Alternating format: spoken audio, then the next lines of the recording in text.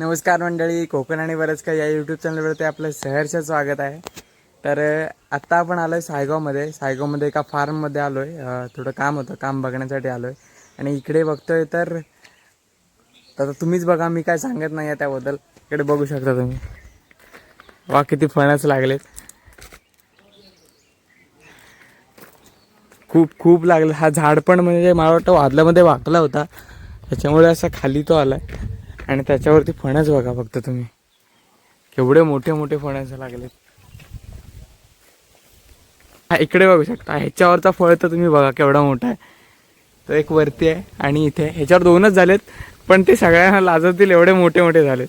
बघू शकता, 2 झालेत. आणि आणखी पण तिकडे मी तुम्हाला सांगितल्याप्रमाणे आणखी 2 झाडं आहेत, ते दाखवतो तुम्हाला. ह्याच्यावर सगळे छोटे छोटे आहेत, पण ह्याच्यावरती एका एका फळाला 3-3 लागलेत. हे बघा दाखवतो, इथे पण 3, इथे 3, इथे 3. हाय हाय, काय लॉजिक आहे काय समजत नाही आहे. पण बघा इथे पण 3 आहेत, वरती 3, इथे 3, इथे 3. हा इथे एक आहे फक्त, आणि इथे 2 असे आहेत. बघा खूप सारे लागलेत फणस. अजून आणखी एक आहे, तो एकदम युनिक आहे, त्याचा कलरच वेगळा आहे, म्हणजे थोडासा डार्क कलर आहे. मोठा कापा फणस, सॉरी बारका फणस आहे हा.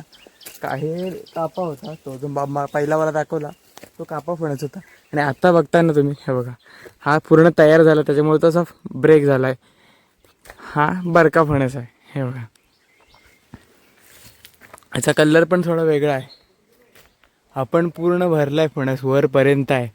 इकडे बघा वरपर्यंत आहे. तिकडे यावर्षी खूप सारे फणस लागलेत. आणखी इकडे झाड दिसलाय, तुम्हाला दाखवतो. म्हणजे जवळजवळ सगळ्याच झाडांवरती फणस लागलेत यावर्षी. हे बघा बुंदापासून म्हणजे जवळजवळ मातीपासून 2 फुटावरती फणस लागलाय. इकडे हा 1 फुटच आहे खाली. बघा पूर्ण भरलाय, बुंद्यापासून ते शेंड्यापर्यंत झाड भरलेलं आहे. तर आजचा छोटासा व्हिडिओ इथेच एंड करतो. व्हिडिओ कसा वाटला हे मला नक्की कमेंट करून सांगा. आणि भेटू आता अशाच नवीन नवीन व्हिडिओमध्ये. तोपर्यंत बाय बाय.